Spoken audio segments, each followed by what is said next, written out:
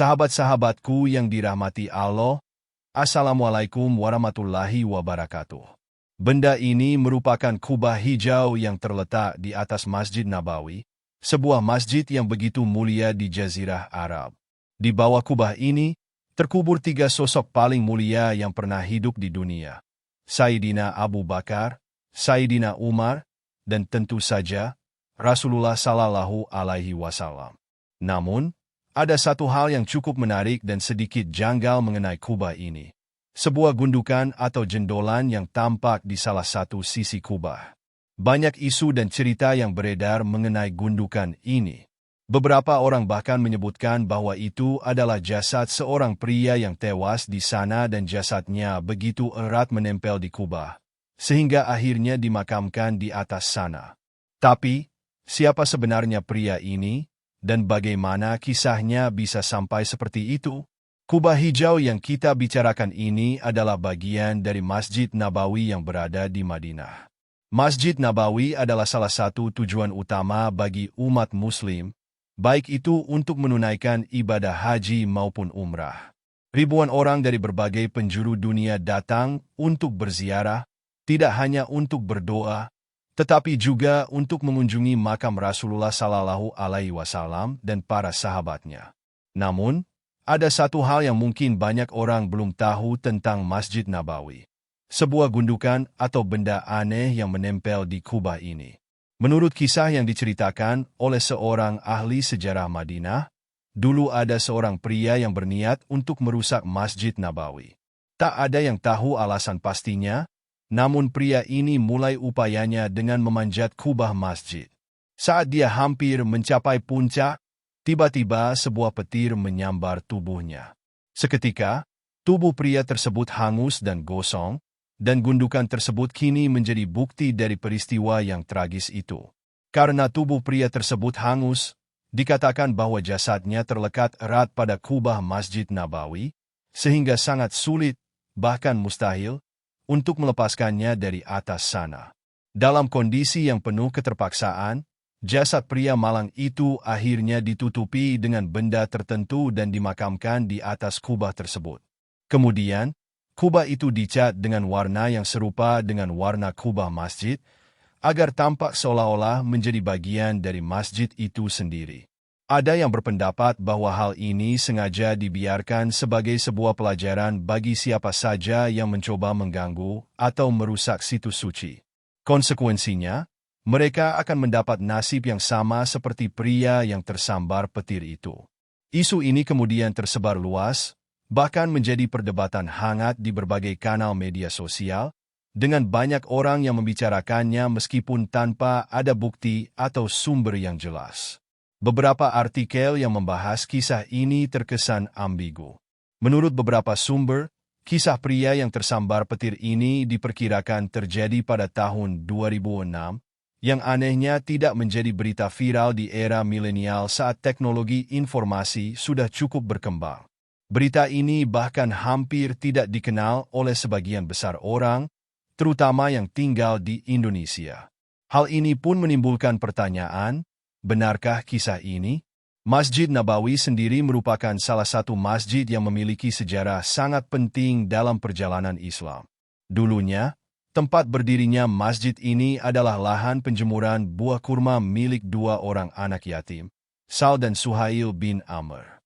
Kemudian, Rasulullah Sallallahu Alaihi Wasallam membeli tanah tersebut dan membangun masjid serta rumahnya di sana dengan tangan beliau sendiri, dibantu oleh para sahabat dan kaum muslimin lainnya.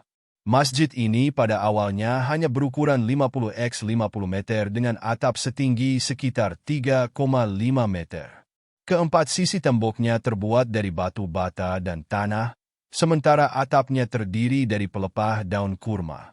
Sebagian atap dibiarkan terbuka, dengan tiang penopang yang terbuat dari batang pohon kurma. Seiring berjalannya waktu, Masjid Nabawi telah mengalami beberapa kali renovasi dan perluasan bangunan. Pada masa Kesultanan Umayyah, tepatnya di bawah pemerintahan Khalifah Al-Walid I, masjid ini mengalami pemugaran besar-besaran, termasuk pembangunan kubah di atasnya. Awalnya, kubah ini tidak berwarna hijau. Barulah pada tahun 7H, kubah tersebut dicat dengan warna hijau agar mudah dikenali dari jauh. Kubah ini kemudian menjadi penanda bahwa di bawahnya terdapat makam Rasulullah Sallallahu Alaihi Wasallam, Sayyidina Abu Bakar, dan Sayyidina Umar. Oleh karena itu, kubah hijau ini menjadi simbol penting yang memudahkan orang untuk mengetahui keberadaan makam-makam suci tersebut. Namun, yang menjadi pertanyaan besar adalah, bagaimana mungkin ada seorang pria yang dimakamkan langsung di atas kubah masjid yang posisinya lebih tinggi daripada makam Rasulullah? Terlebih lagi, pria ini dikatakan sebagai orang yang fasik dan berusaha menghancurkan masjid.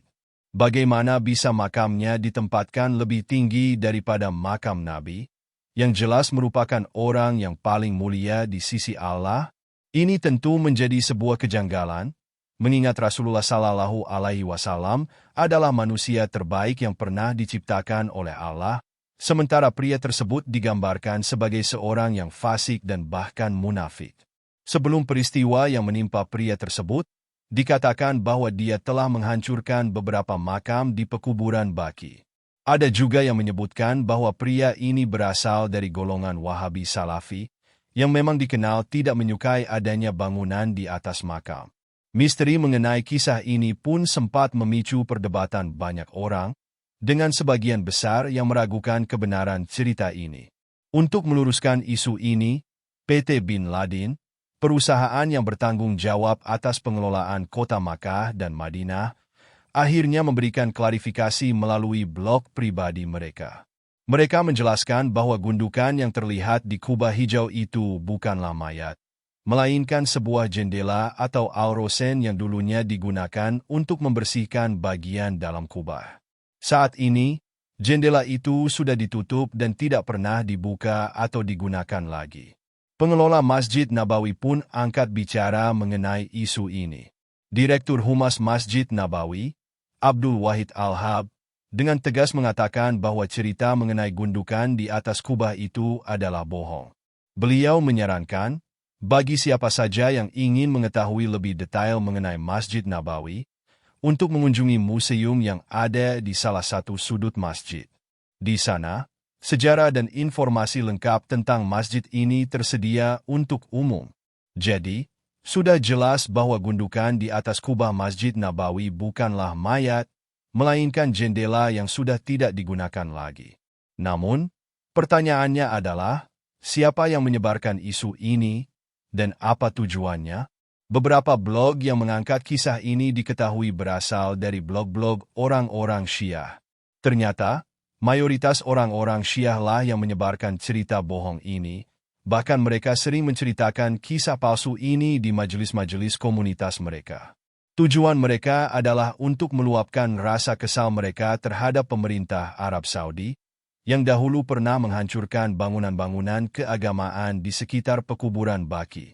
Bangunan-bangunan atau monumen yang ada di sana dihancurkan dengan alasan untuk menegakkan tauhid dan memberantas syirik serta bidah. Mereka khawatir, jika ada bangunan atau monumen di sekitar pekuburan, orang-orang akan mulai berdoa kepada kuburan atau bahkan salat menghadap kuburan. Padahal, hal ini sangat dilarang dalam Islam.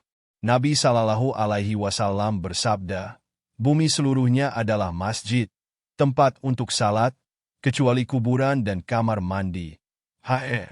Ahmad. Karena hal inilah, orang-orang Syiah menyebarkan kisah ini dengan tujuan untuk mencoba menjatuhkan citra Islam. Bagaimana menurut kalian? Wallahu a'lam. Semoga kisah ini bermanfaat. Jika ada kekurangan atau kesalahan, saya mohon maaf, karena yang benar hanya datang dari Allah Subhanahu wa Ta'ala. Khilaf dan keliru adalah dari saya sebagai manusia biasa. Demikian kisah ini kami sampaikan. Semoga bermanfaat serta menginspirasi dan menambah iman kita kepada Allah Subhanahu wa Ta'ala. Terus semangat dalam beribadah, jangan lelah berbuat kebajikan, dan terus perbanyak sholawat kepada Rasulullah Muhammad Shallallahu Alaihi Wasallam. Akhir halam, wassalamualaikum warahmatullahi wabarakatuh.